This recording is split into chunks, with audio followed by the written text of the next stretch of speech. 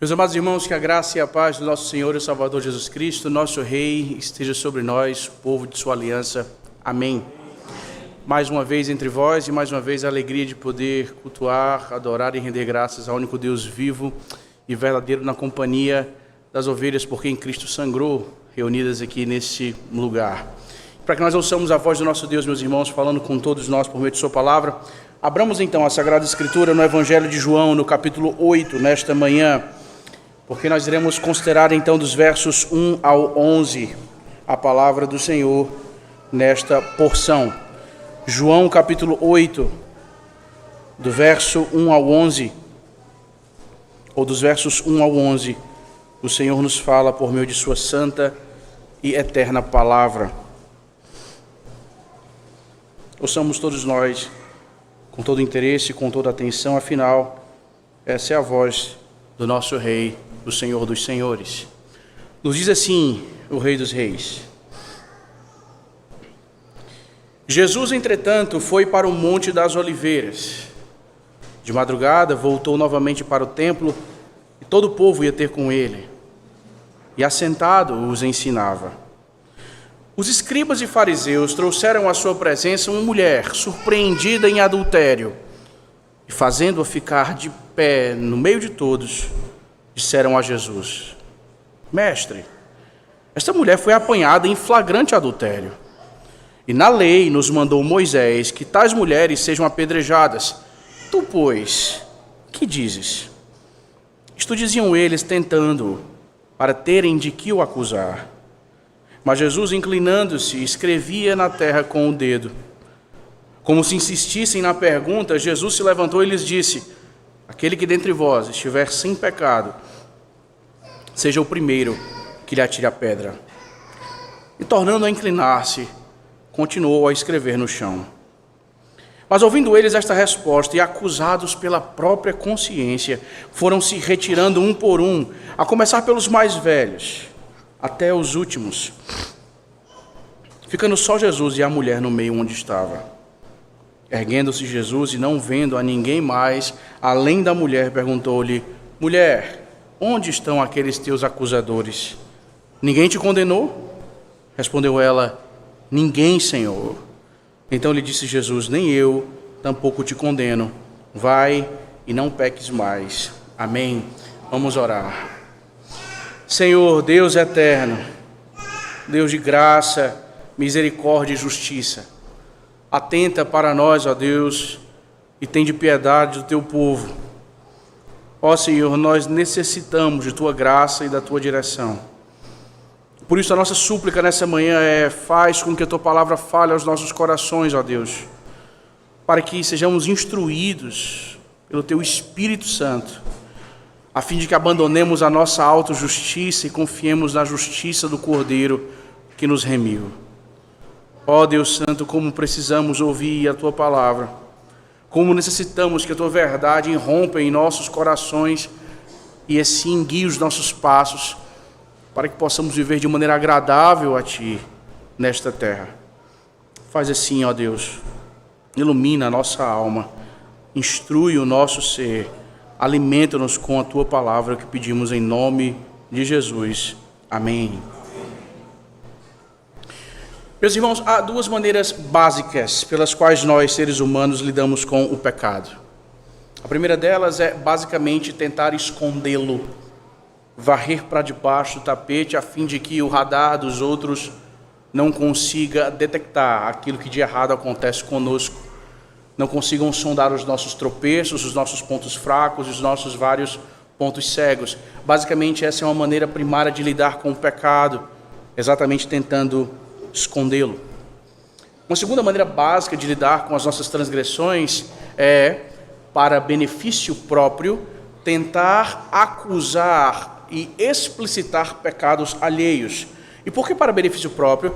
Ora, nós, cheios de autojustiça, ao nos compararmos com outros pecadores como nós, nos sentimos melhores quando em nossa própria régua de justiça nos encontramos mais além do que aquém. Quando olhamos para a vida de outras pessoas e vemos os seus pecados, e nós então, para o nosso próprio benefício, a fim de algum modo afirmarmos a nossa própria pretensa santidade e piedade, nós os escancaramos, não porque queremos o bem de nosso irmão ou de outrem, mas porque desejamos o nosso bem, desejamos afirmar a nossa própria suposta piedade.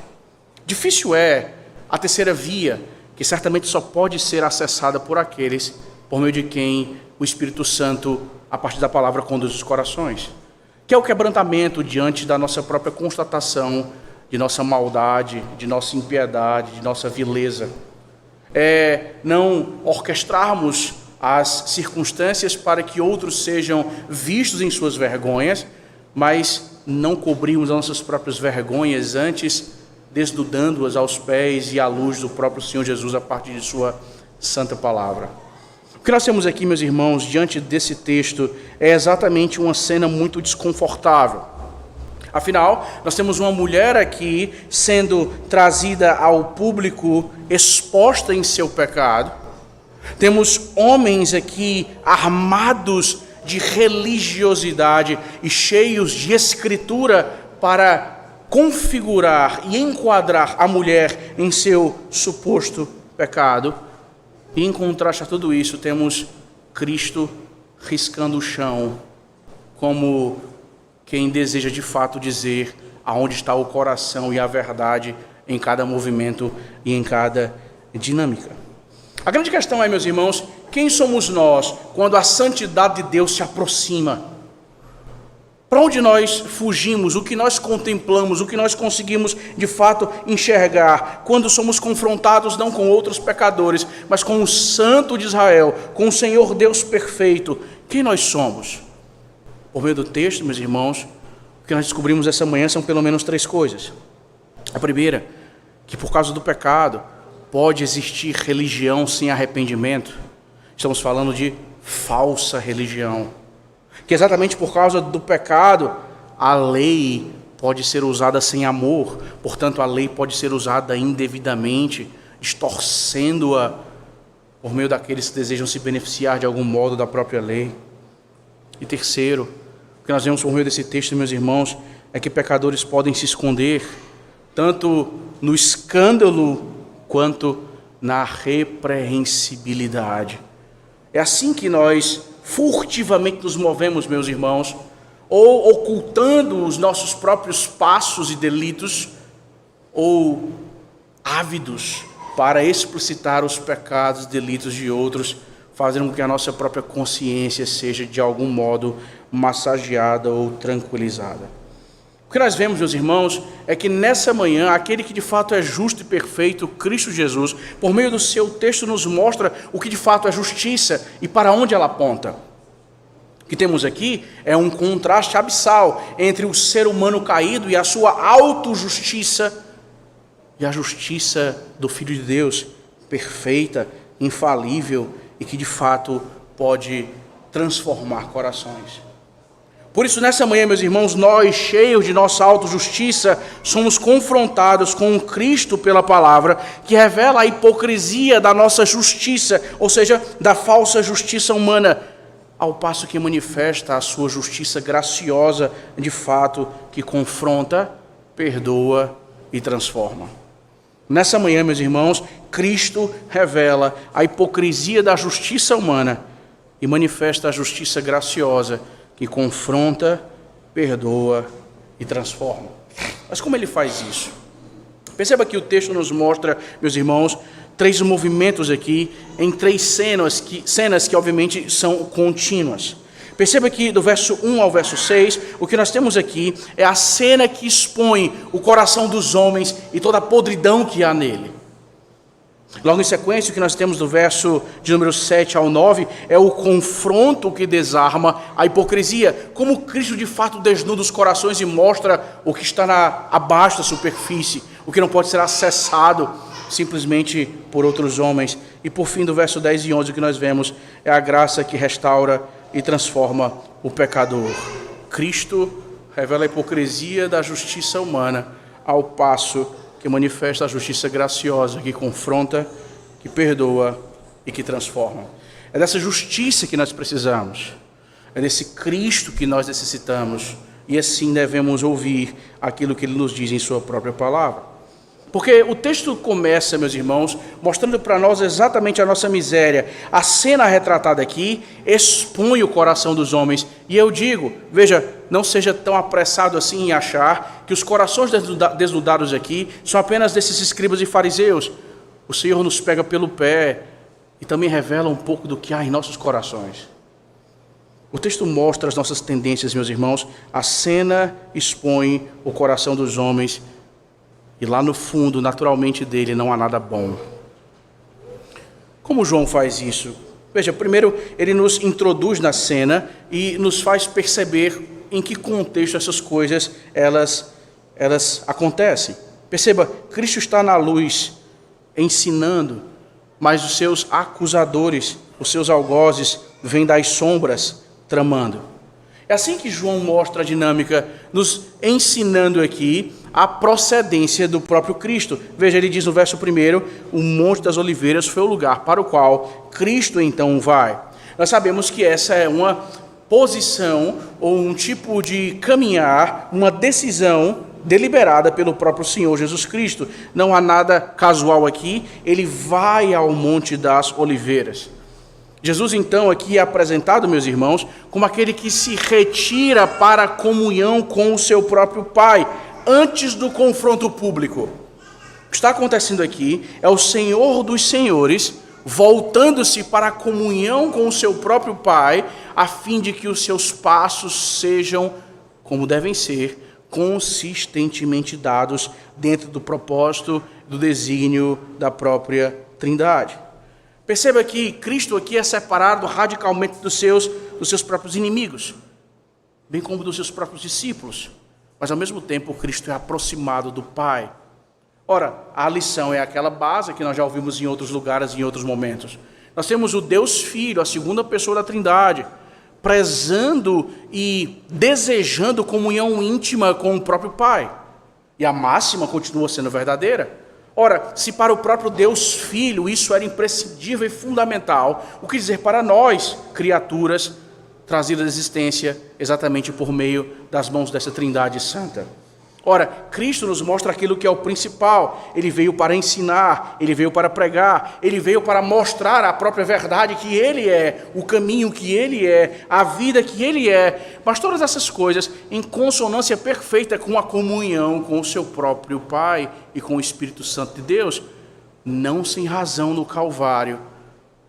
Ele diz: Deus meu, por que me desamparaste? Experimentando as agonias do inferno, sendo separado de seu Pai e do Espírito Santo de Deus, algo que nunca na história aconteceu. Cristo é aquele que é aqui, por meio do texto, apontado como aquele que valoriza isso. Agora perceba, ele sai então para o Monte das Oliveiras, para ficar em comunhão com o seu próprio Pai, e o texto nos mostra aqui, mais uma vez, um senso de prioridade. Nos diz o verso 2 que de madrugada ele volta novamente ao templo. À luz da manhã, Cristo, o Rei da Justiça, o Sol da Justiça, vem e aparece novamente no próprio texto. Cristo surge. É interessante o que ele faz em seu surgimento ou ao surgir. Nos diz João que Cristo está novamente no templo ensinando. Perceba, Cristo vai ao templo, mas não como um agitador. Cristo vai ao templo não como um revolucionário. Cristo vai ao templo não como um rebelde que deseja, então, por meio da força ou do convencimento, da persuasão da massa, angariar força para neutralizar o Império Romano ou quem quer que seja. Cristo aqui é posicionado pelo próprio João, inspirado por meio aqui do que o texto sagrado nos mostra, como sendo o mestre por excelência, o mestre legítimo, com M maiúsculo, sentado no templo, no lugar da instrução divina. Veja, aqui a cultura nos mostra um tipo de cenário diferente. Aqueles que de fato dominavam e deveriam ser vistos com respeito e tinham o que de fato substancialmente ensinar, eram frequentemente vistos assentados no meio da multidão para falar-lhes. Em nossa cultura, essa ideia se traduz por alguém que fica de pé, então se põe a dar uma aula ou a fazer alguma coisa do tipo. Aqui, então, nós temos uma posição, pelo menos, diferente nessa cultura. Cristo assentado nos ensinava. Veja que João faz questão de dizer que Cristo está assentado, para que nós entendamos, então, o que está acontecendo aqui é Cristo como mestre legítimo no lugar consagrado para o ensino. A própria verdade está comunicando aos seus ouvintes acerca de si mesmo. E veja, ele não está falando da parte de alguém como se tivesse ouvido estas coisas e então as repassasse, como seus discípulos, por exemplo. Ele fala acerca de si mesmo, com autoridade, com sabedoria, com perfeição. Por isso ele é imbatível, por isso ele é incomparável. Cristo está aqui de madrugada, voltando para o lugar consagrado, dedicado para o ensino. Ora, irmãos, veja, isso nos ajuda a pensar em algumas coisas que são muito importantes para nós. Primeiro, perceba que Cristo, em sua vida pública muito agitada, nos mostra o sustentáculo destas coisas. Cristo é aquele que cura, que faz sinais, prodígios, milagres. É aquele que ensina e que prega. É aquele que está sempre em trânsito aqui nos evangelhos. A sua vida pública é intensa. Mas o texto nos mostra aqui, meus irmãos, indícios de que a sua vida pública é sustentada por sua comunhão privada com o Pai. Lembre-se, Cristo não é meramente um ativista que possui uma agenda e que precisa então percorrer mundos e fundos para que a sua agenda seja de fato estabelecida. Cristo é alguém que faz com que nós compreendamos por sua própria palavra que sua vida pública é sustentada pela consistência de sua vida privada. Isso falamos de sua comunhão perfeita com o Pai. Ora, meus irmãos, isso nos ajuda a colocar a nossa própria vida nos eixos, porque nenhum ministério, nenhuma pessoa, nenhum crente, nenhum pai, nenhuma mãe, nenhum líder, absolutamente ninguém se sustenta somente com base em sua atividade pública. Ninguém, absolutamente ninguém se sustenta apenas com base naquilo que é mostrado para os outros.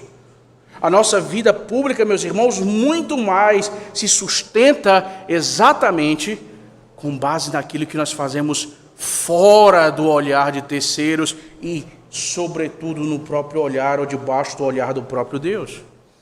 O que nós fazemos em público, aquilo que pode ser percebido por outros a nosso respeito, meus irmãos, depende do que nós somos diante de Deus em particular. Depende de nossa comunhão de fato com o Senhor dos Senhores. E talvez seja aqui uma das razões pelas quais nós vivemos vidas medíocres em um certo aspecto, porque nós não conseguimos encontrar de fato o eixo daquilo que deveria funcionar como combustível para nós, como alimento para nós, como oxigênio para nós, como aquilo que realmente nos faz caminhar de modo coerente e consistente. Porque nós vivemos apenas mantendo, de certa forma, a casca e a aparência, sem cultivar a própria substância. Por isso fracos, por isso lidando sempre, vez após vez, com certos prazos de validade perecíveis, quase que conseguindo apontar quando será a próxima crise, por causa do padrão tão certo. Veja, eu estou bem agora, eu me sinto bem agora, me sinto com vigor atualmente, mas eu sei, eu conheço o meu coração. 1 ou 2 semanas, um mês virá aquele período um pouco mais difícil, eu já sei disso tudo. Veja, talvez, meus irmãos, essas sejam consequências do nosso coração que tem olhado apenas para o aspecto público, não como necessariamente pessoas que desejam aparecer para o olhar dos outros, mas porque nós descuidamos daquilo que o próprio texto nos mostra como implicação. A vida pública do Senhor dos Senhores é sustentada por sua comunhão plena, intratrinitária. Ora, se isso é verdade para o próprio Deus da aliança, que é perfeito e que não necessita de nada, o que dizer de nós, seres contingentes? Criaturas que necessitamos desesperadamente do Criador. Aquilo que nós fazemos em público, meus irmãos, depende do que nós somos diante do Senhor. Portanto, Nessa manhã, meus irmãos, à luz da palavra do Senhor, examine-se. A sua vida religiosa, a sua prática e busca pela piedade, ela é sustentada por comunhão secreta com o Pai, é sustentada por comunhão e desejo de estar em intimidade com a própria Trindade, ou por rotina e liturgias fixas, vazias. Quando me refiro à liturgia, não me refiro àquilo que nós fazemos no culto público, que ordena os elementos do culto. Eu me refiro a tudo que nós fazemos cotidianamente, diuturnamente, a nossa rotina. A nossa piedade tem se sustentado, de fato, com base na comunhão com o Senhor dos Senhores, ou de algum modo, pela força do nosso próprio braço, apenas por nossa rotina vazia. Veja, João diz que de madrugada Cristo retorna ao templo. Cristo é aquele que se apresenta cedo para o serviço. Cristo é aquele que se apresenta, então, para o benefício dos seus próprios ouvintes, ou para o juízo deles.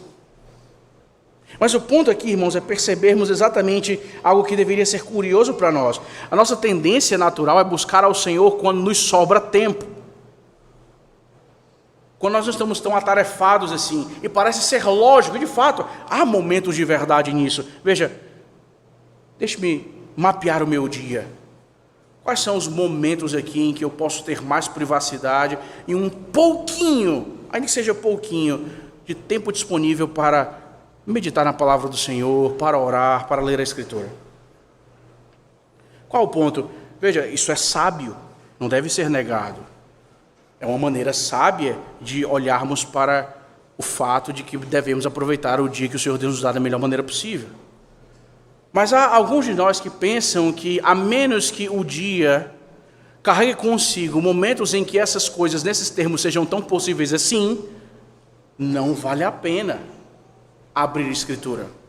Não vale a pena parar para orar. Não vale a pena orar enquanto dirige. Não vale a pena fazer alguma coisa nesse sentido. Porque, de fato, Deus foi agradado quando eu paro, sento e tenho um tempo disponível. Nem sempre teremos tempo disponível nesse sentido, irmãos. Mas à luz do próprio Senhor Jesus Cristo, o que nós vemos a nível de princípio é exatamente o oposto. Cristo é aquele que é apontado por João como quem busca comunhão com o Pai antes que o próprio dia nasça. E o ponto não é que nós devemos orar de madrugada porque assim seremos mais piedosos. Longe disso. O ponto é exatamente o princípio levantado aqui. Se a nossa tendência é buscarmos ao Senhor apenas quando nos sobra tempo, o que nós temos aqui encarnado e praticado pelo próprio Rei da nossa existência é o oposto. Ele vive em comunhão e deliberadamente buscando comunhão com o próprio Pai. Veja, Cristo não era um necessitado espiritual, ele não é criatura. Cristo é Yahvé, eu sou todo-poderoso. Ele não revela fraqueza aqui, pelo contrário, a sua própria força e perfeição são vistas aqui nesse aspecto. Mas é interessante que Cristo, não sendo necessitado espiritual do que quer que seja, mostra para nós o que nós, necessitados espirituais, damos de ombros. Em outras palavras, nós que categoricamente precisamos do Senhor e de sua boa mão sobre nós, nós que precisamos desesperadamente do Senhor e de sua condução, nós que desejamos, ou pelo menos que deveríamos desejar, quão rápido quanto fosse, temos mais e mais comunhão com o Pai, com o Deus Filho, com o Deus Espírito Santo. Somos esses que, às vezes, deliberadamente ou não, nos apresentamos como se fôssemos autossuficientes. Como se nós não precisássemos do Senhor. Como se fosse perfeitamente possível e não nos causasse nenhum dano dias sem abrir a Escritura para lê-la. Dias sem orar, ou orarmos apenas convencionalmente, manhã, tarde e noite, dormir, almoço e janta. O Senhor, que não é necessitado de nada, nos mostra para onde devemos olhar. Qual o padrão a seguir? O padrão é exatamente ele. Não quando sobra tempo, mas quando a nossa própria necessidade espiritual demanda E quando ela demanda? Todos os segundos, milésimos de segundos da existência que o Senhor Deus nos concede aqui.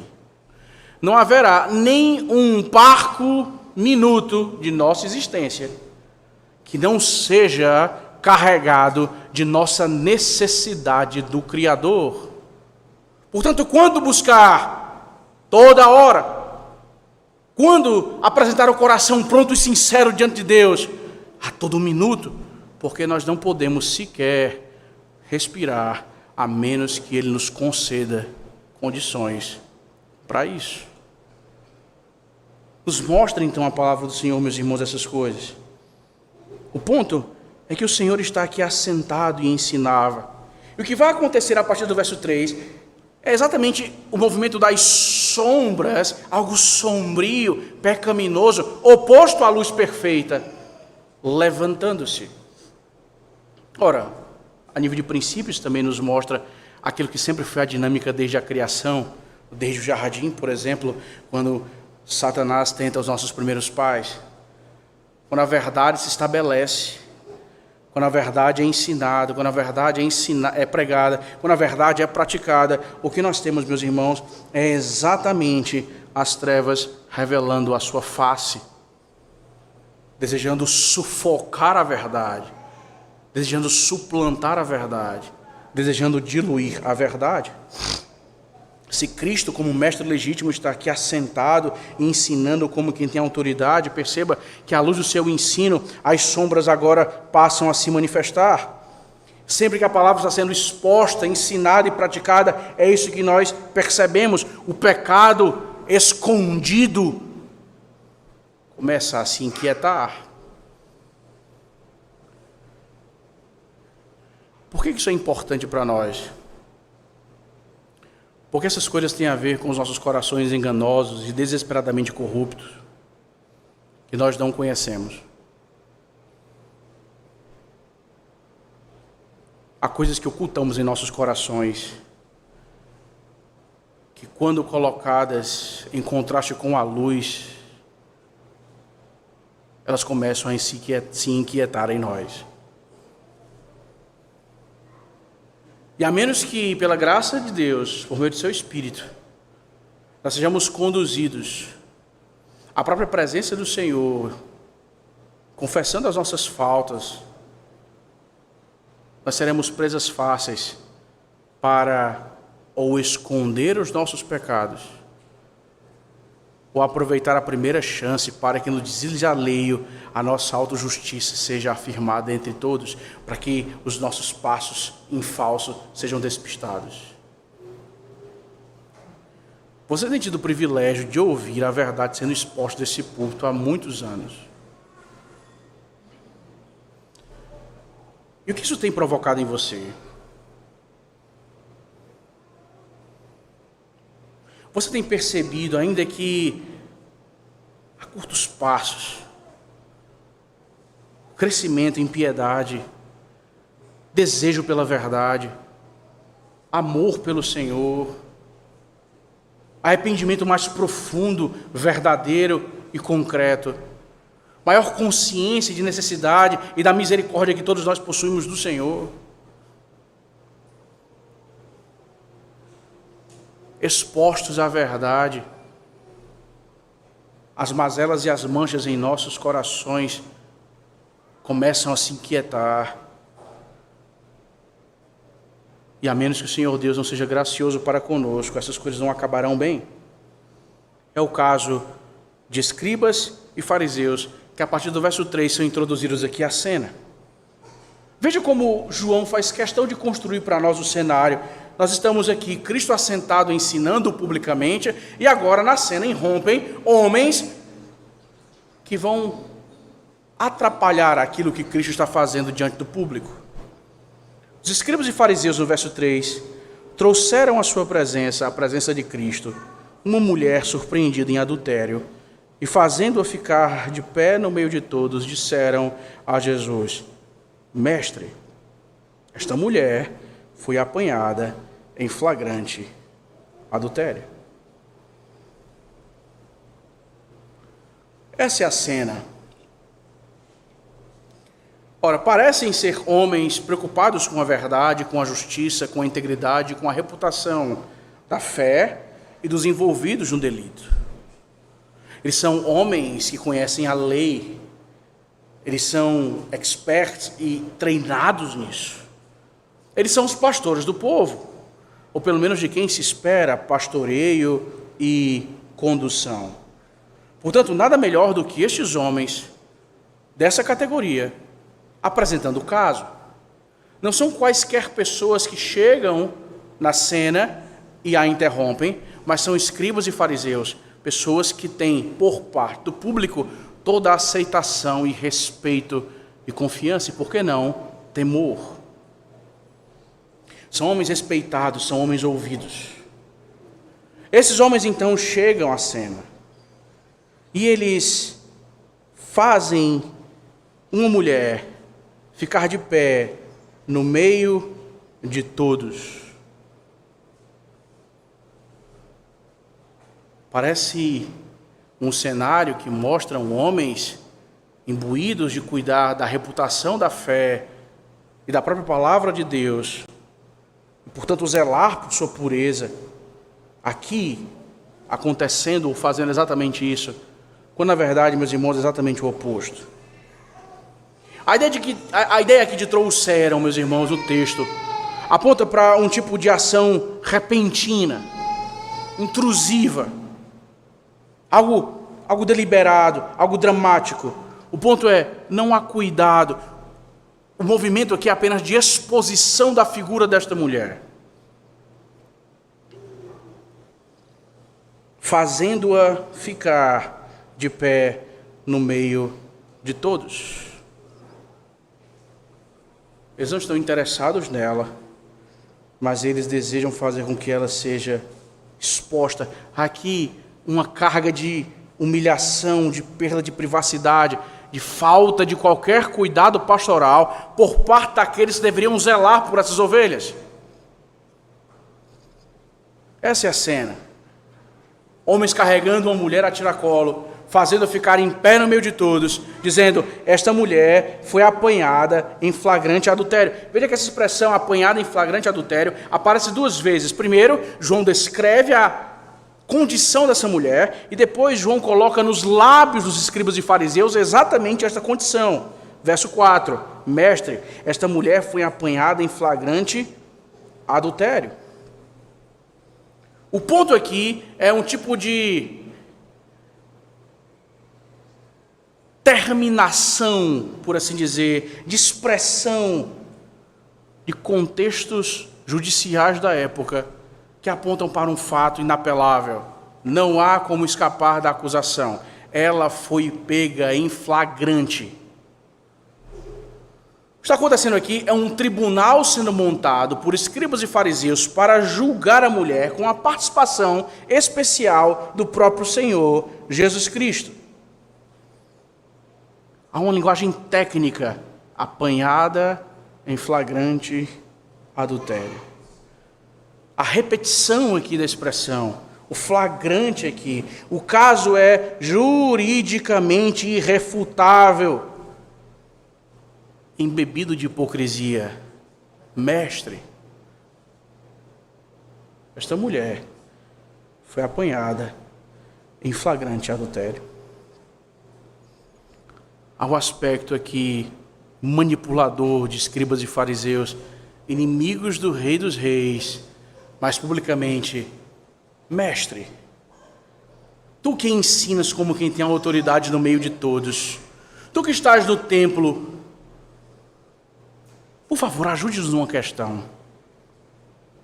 Ninguém melhor do que tu para nos esclarecer, escribas e fariseus, o que fazer. Deixe-nos apresentar o caso, ao passo que todos vocês também ouvem. Essa mulher foi apanhada em flagrante adultério. Portanto, trata-se aqui de um caso irrefutável. E na lei, verso número 5, nos mandou Moisés que tais mulheres sejam apedrejadas. Tu, pois, que dizes? Esses são escribas e fariseus. João faz questão de comentar, meus irmãos, no verso 6, que toda essa cena armada por eles tem como objetivo terem material para acusarem Cristo de alguma coisa. Portanto, o que está acontecendo aqui por detrás das cenas é o seguinte: nós sabemos como neutralizar e pegar a esse Jesus com as calças curtas.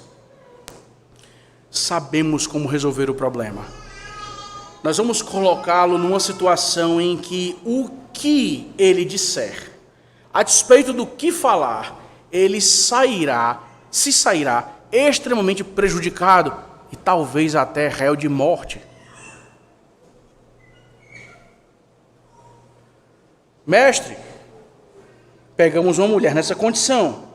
Pela lei, Moisés nos manda apedrejá-la, matá-la. Mas tu, o que diz? Imaginem esses homens se entreolhando e os seus sorrisos hipócritas, como quem dizem: agora sim, vencemos.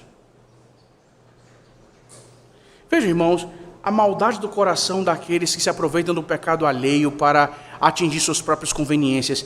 Eles não estão sequer dando a mínima para a mulher e nem para como tratá-la. Se ela tiver de morrer, caso a resposta de Cristo seja: sigam Moisés e apedrejem-na, ok. O que interessa é: nós chegaremos aos nossos objetivos, e ainda que sangue tenha necessidade de ser derramado, nós o faremos. O que nos importa é calar este Jesus. Então eles se entreolham e, diante do cenário perfeito, dizem: o que o Senhor diz então? Veja, se o Senhor Jesus Cristo diz: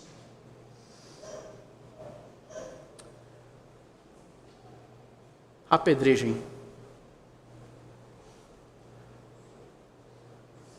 o povo que o conhece como o misericordioso Jesus, que cura, que alimenta, que mata a fome, que dá vida, que ressuscita os mortos. Opa, talvez ele não seja tão misericordioso assim.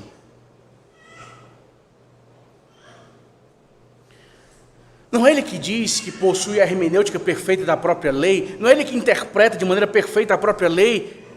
Bom, eu entendo, ok, se ele diz para apedrejar, tudo bem, ele deve ter autoridade para isso. Mas eu esperava mais misericórdia de alguém que se apresentou de um modo tão misericordioso entre nós. Há um segundo fator. Se Cristo diz apedrejem-na, a sua própria vida está em risco, humanamente falando, porque aos judeus não era mais permitida a autoridade para a execução da pena capital. Eles estão debaixo do Império de Roma. Sinalizar ao povo para que o povo apedrejasse a mulher, ainda que seguindo a lei de Moisés, que está acima do Império Romano, seria se colocar em maus lençóis, seria agora entrar no próprio radar do Império Romano, como alguém que possui um potencial enorme de incitação às massas, e quem sabe, se voltar contra o próprio Império.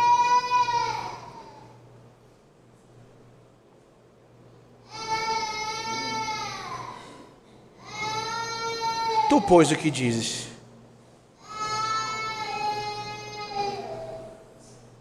Moisés diz isso. Mas nós estamos ansiosos para ouvir o que o Senhor tem a dizer. Mestre, fala-nos. Diante da pressão, meus irmãos, insuperável para nós, o que nós temos é o comportamento perfeito do perfeito Salvador, do exemplo de masculinidade e de valentia perfeitos. Nós diríamos: e agora? O que fazer? Como eu posso me movimentar de forma a não estragar tudo e ao mesmo tempo não morrer? Como eu posso sair dessa sinuca como me colocar como alguém que ganha prestígio entre eles, sem sacrificar a própria verdade de Deus. Como? Sabe o que Cristo faz? E diante da pressão enorme que nos travaria, o texto diz que Cristo está inclinando-se, escrevendo na terra com o dedo. Muito se especula a respeito do que Cristo está fazendo aqui, o que ele estaria rabiscando ou escrevendo. Alguns dizem que ele estaria escrevendo na terra a sentença da própria mulher, de acordo com a própria lei.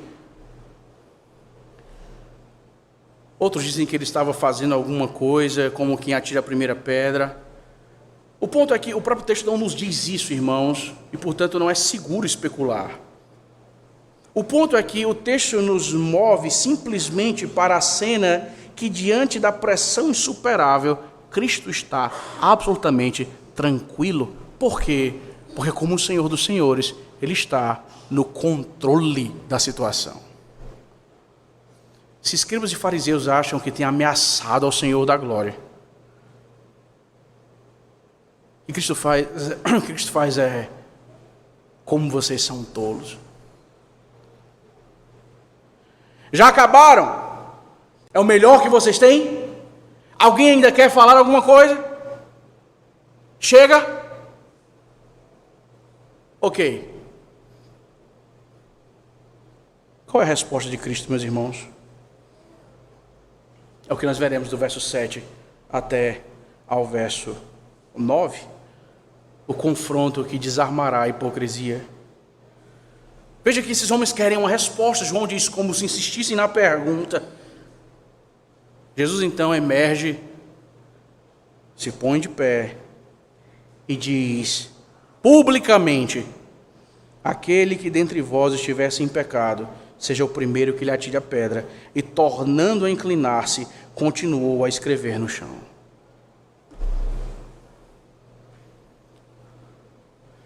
Isso não consegue deslumbrar o seu olhar. Diante de uma situação insolúvel aos olhos de escribas e fariseus, Cristo, que riscava o chão, levanta-se, diz uma frase, volta a riscar o chão. E uma frase desmonta todo o tribunal. As séries que nós gostamos, não? Que contam histórias como, por exemplo, da atuação do direito e do brilhantismo de personagens que são advogados ou procuradores e conseguem ganhar causas que são impossíveis de ganhar, ou conseguem então livrar pessoas que, segundo a lei, era impossível de se verem livres. E nós vibramos com isso. Veja, o que está acontecendo aqui, meus irmãos, é algo que deveria fazer com que nós vibrássemos. Porque o Rei da Glória está aqui simplesmente demonstrando: isso é o melhor que vocês têm. Alguns vão utilizar essa passagem, meus irmãos, sobretudo o que vai acontecer aqui em diante, para dizer o seguinte: veja, entre a lei e a graça, Cristo opta pela graça. Claramente o que está acontecendo aqui é uma mulher vítima da opressão masculina e patriarcal de seus dias. E Cristo, como aquele que restaura a dignidade da mulher e que, portanto, então a libera para fazer o que ela bem entender, nos mostra já nesses tempos que é exatamente isso que ele está fazendo. Ele está indo contra os machistas opressores, os donos da religião e da fé, que instrumentalizam essas coisas para oprimir quem quer que seja, para o seu próprio benefício, e dizendo então: vejam só, sejam graciosos, porque quem não possui pecado, atire a primeira pedra. Cristo seria então uma espécie de proto-feminista, uma espécie de pró-feminismo, ou por alguma coisa assim que alguns podem classificar anacronicamente. Entre a lei rígida, dura, fria, o coração misericordioso do Redentor optou pela graça. É isso que dizem. E isso não podia estar mas horrivelmente errado, porque lei e graça nunca foram opostos.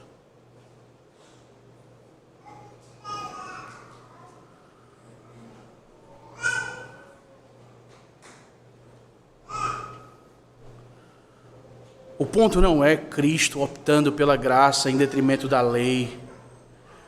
O ponto é Cristo perfeito, aplicando perfeitamente a lei, e por isso então o tribunal se dissolve.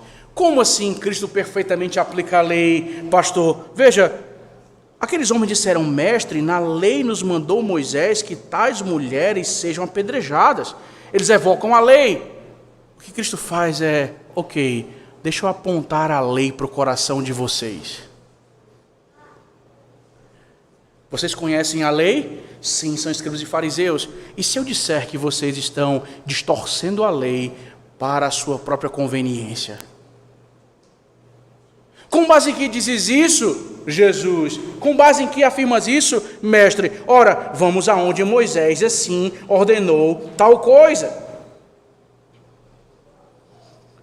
Vamos a Levítico capítulo 20, meus irmãos, por favor, sem desmarcar João. Levítico 20.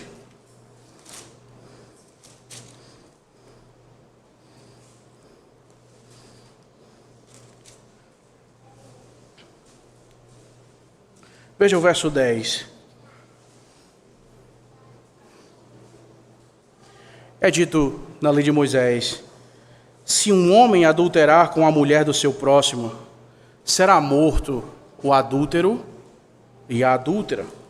Salte de Levítico, por favor, e vá a Deuteronômio 22. Deuteronômio 22.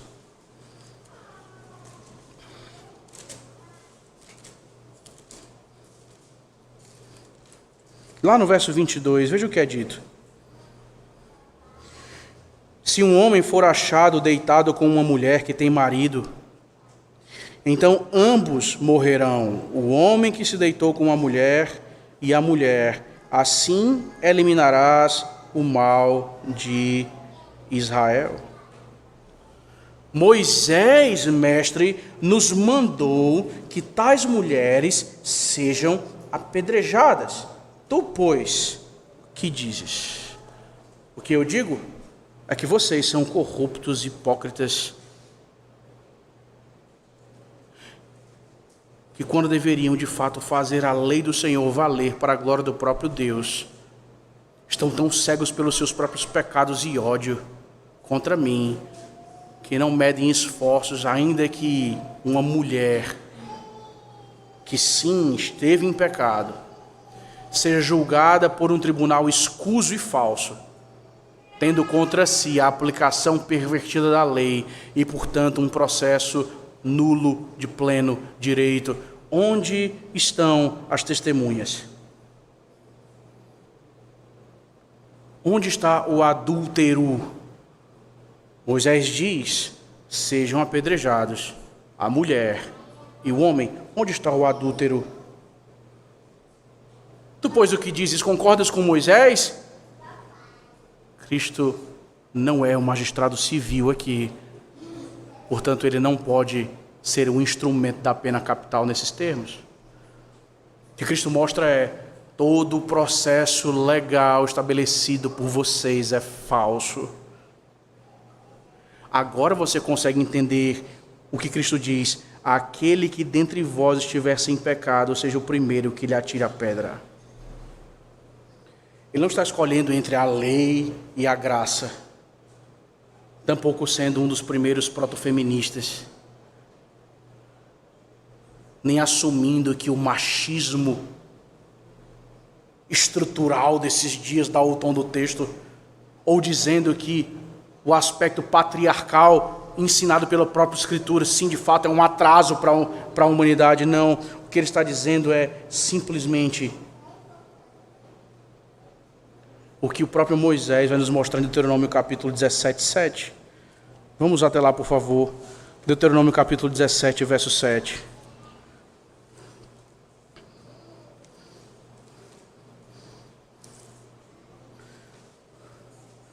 Veja o que Moisés fala. Deuteronômio 17, verso 7. Deixe-me ler, por favor, na verdade, a partir do verso 6. Por depoimento de 2 ou 3 testemunhas será morto o que houver de morrer. Por depoimento de uma só testemunha não morrerá. Veja o verso 7. A mão das testemunhas será a primeira contra ele para matá-lo, e depois a mão de todo o povo. Assim eliminarás o mal do meio de ti. Essa era a execução da pena capital em questão. Ou seja, aquele que dentre vós estiver sem pecado, atire a primeira pedra. Não é Cristo dizendo, vocês são muito insensíveis e eu sou gracioso, deixe aí impunemente. O que Cristo está dizendo é simplesmente o seguinte: dentro do próprio processo legal, a execução da pena capital pressupõe que as testemunhas contra o suposto acusado estejam em integridade no caso. Aquele que de vocês estiver sem pecado, atire a primeira pedra. Em outras palavras, aquele que dentre vós apresentar-se moralmente íntegro diante do caso, com mãos de fato limpas, atire a primeira pedra. Aquele que não usou de conveniência pervertendo a lei, atire a primeira pedra. Aquele que de fato é testemunha justa, execute a sentença. A mão da testemunha será a primeira a apedrejá-lo. Tu que dizes? Ele levanta-se, diz isso, abaixa-se e continua a riscar no chão. Portanto, se você entende assim, revise o seu entendimento. Aquele que estiver sem pecado, que atire a primeira pedra, não é Cristo pressupondo perfeição. Não é Ele dizendo, já que todo mundo pecou, não tem ninguém que pode atirar a pedra, só eu posso, e eu não vou atirar. Não é isso que Ele está dizendo. O que Ele está dizendo é, vocês testemunhas, se alguém íntegro no caso, examine a consciência de vocês, a lei agora aplicada ao coração de vocês. Se alguém íntegro e limpo, o que a lei diz é, você deve ser o primeiro a apedrejar. Vá. Qual é o resultado da cena, irmãos? O verso 9 nos diz, quando Cristo expõe então o coração, mas ouvindo eles esta resposta, e acusados pela própria consciência, foram se retirando um por um, a começar pelos mais velhos, até os últimos, ficando só Jesus e a mulher no meio onde estava. Cristo não disputa com seus acusadores. Ele volta a lei para o coração deles. E diz, calem a lei, se vocês podem. O único no universo, para quem a lei olha e diz, é perfeito, diz, eis a lei contra a consciência de vocês. Vocês são perfeitos. Calem-na.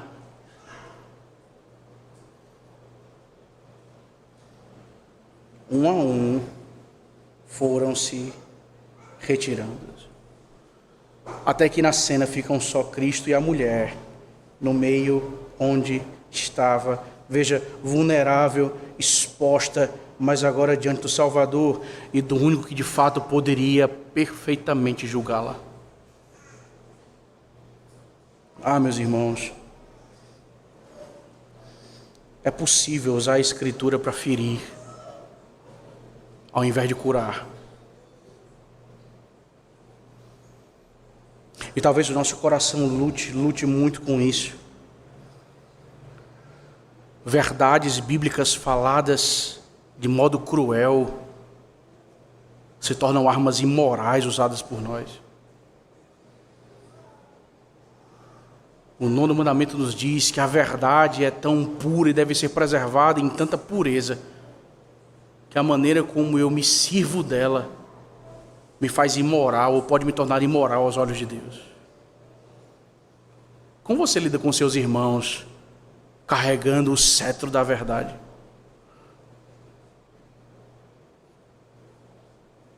Você tem prazer em esmagá-los? Sabe, não um prazer assim, exposto e deliberado, mas algo sádico do fundo do coração, que só você e a sua consciência conhecem a sensação de com certa alegria se afirmar sobre a fraqueza dos outros.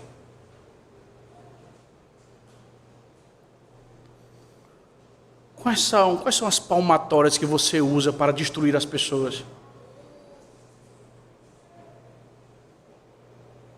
Soterrando os ombros delas com cargas que nem você conseguiria suportar. Munidos da Escritura, esses homens supostamente estavam, e eles fizeram isso de modo muito, muito imoral. Vejam, o zelo sem amor distorce a lei.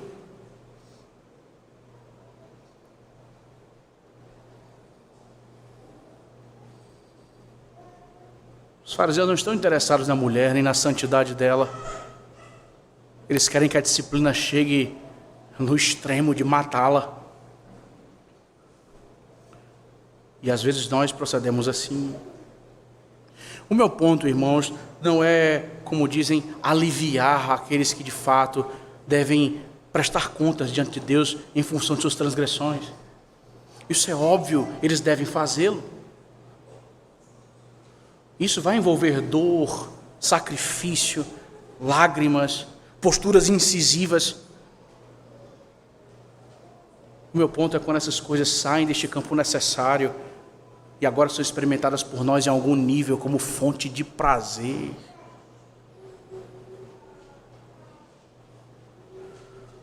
Porque aos olhos dos outros eu conseguir passar com louvor em todos esses requisitos, mas aquele não. Portanto, deixe-me de alguma forma exaltar a minha própria justiça.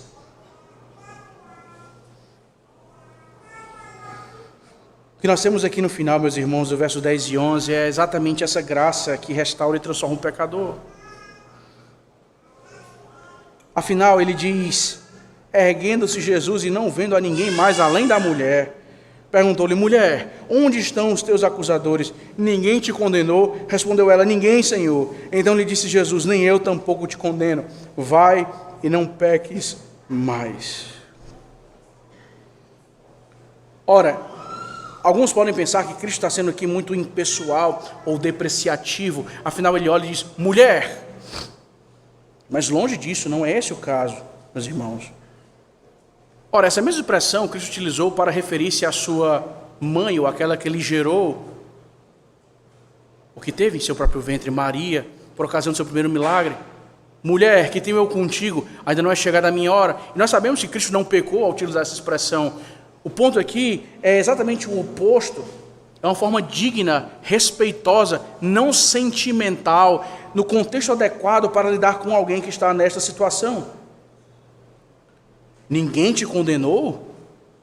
Alguns ecoando aquela ideia de Cristo escolher a graça ao invés da lei ou da justiça, vão pegar essas palavras de Cristo dizendo, vejam só, ela não foi condenada, nem Cristo a condenou. Vejam, irmãos, o contexto aqui da condenação evocada por Cristo é o tribunal levantado contra você judicialmente deu no quê?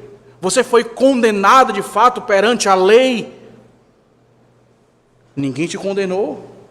Onde estão aqueles teus acusadores? É o que Cristo vai dizer. O contexto aqui é judicial. Cristo não está dizendo que ela é inocente. Ninguém te condenou? Ah, não condenou porque você é inocente. Não, irmãos. As palavras de Cristo no verso 11 mostram que esta mulher, sim, havia cometido algum pecado grave. Sim, de fato, o próprio adultério. Mas a lei perfeita, estabelecida pelo legislador perfeito, exige que ela seja executada segundo os ditames do próprio legislador, o que aqueles homens não fizeram. Portanto, ninguém te condenou, não é Cristo presumindo que esta mulher é inocente, sem culpa? Não, óbvio que não. O tribunal espúrio, ilegítimo, dissolveu-se e ela não foi condenada. Mas como Cristo encerra suas palavras?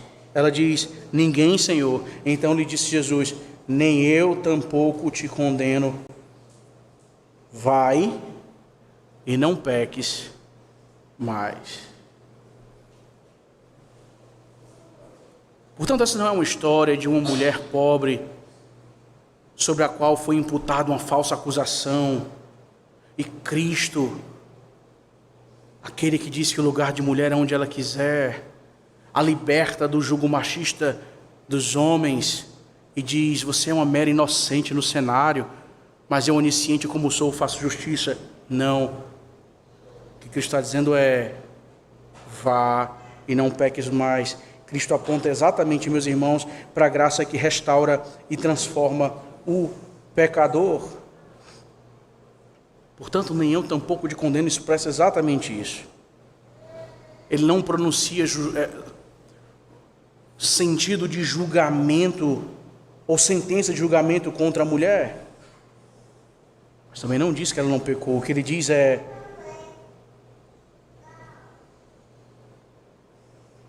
tenha cuidado, que a sua vida seja transformada, que a sua conduta pecaminosa seja abandonada, porque pior do que comparecer num tribunal espúrio de homens corruptos é comparecer diante da ira de Deus, que é fogo consumidor. Há um juiz justo, e esse é pior e mais terrível do que miríades e miríades de tribunais corruptos humanos. Ele é perfeito, não há como se esconder. Vá e não peques mais. Indica restauração, dignidade, reintegração. Veja, Jesus não suaviza o pecado. Cristo pronuncia que há perdão e exige mudança. Não porque a graça vale mais e a lei vale menos, mas porque aprove a sua providência que homens maus e corruptos usassem a lei santa e perfeita pecaminosamente e tivessem seus corações desnudados, para que essa mulher que necessitava da graça do próprio Senhor pudesse então ouvir tais palavras. O ponto é, meus irmãos, veja, quem não vê a própria miséria tem dificuldade em olhar a miséria alheia e se torna duro com a miséria de outrem. Você já sentiu o peso do pecado sobre os seus ombros?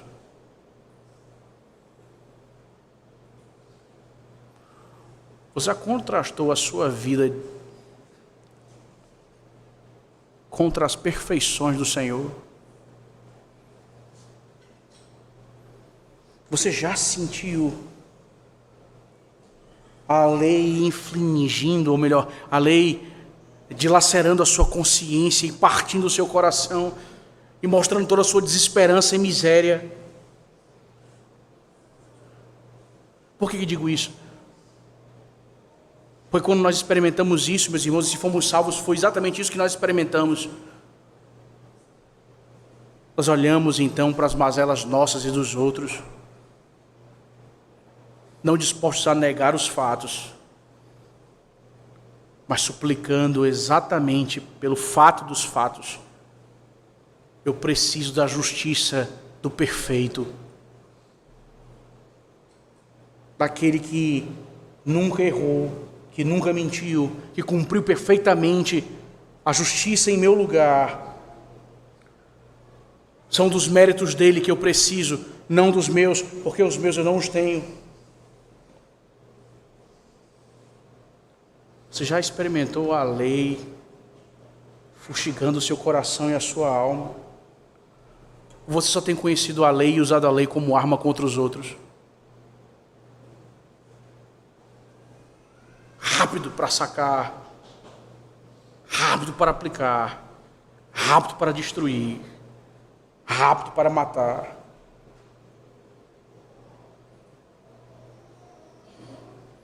Vai, não peques mais, meus irmãos.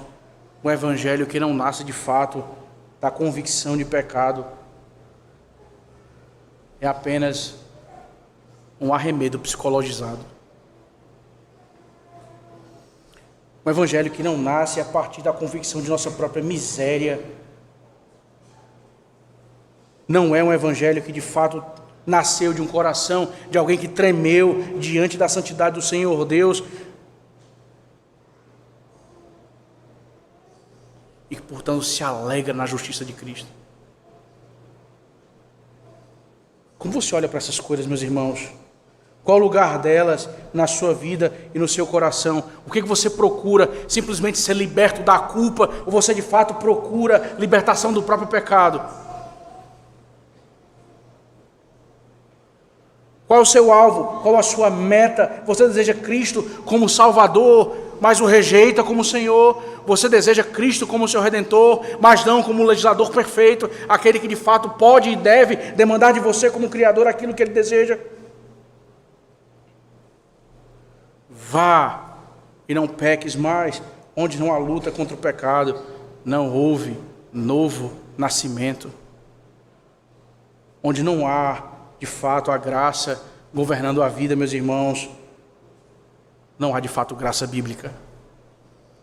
Assim como esses homens não aplicaram a justiça bíblica a partir da própria lei de Deus revelada, se não há graça governando a nossa vida, nos conduzindo para uma vida que luta contra o pecado, não é a graça que flui da Escritura que nós experimentamos. Portanto, meus irmãos, Cristo revela a hipocrisia da nossa autojustiça, da nossa autossuficiência. Aqui, bem característica no movimento e na dinâmica desses homens aqui. A própria mulher, ao passo que manifesta a justiça graciosa, que confronta, que perdoa e que restaura.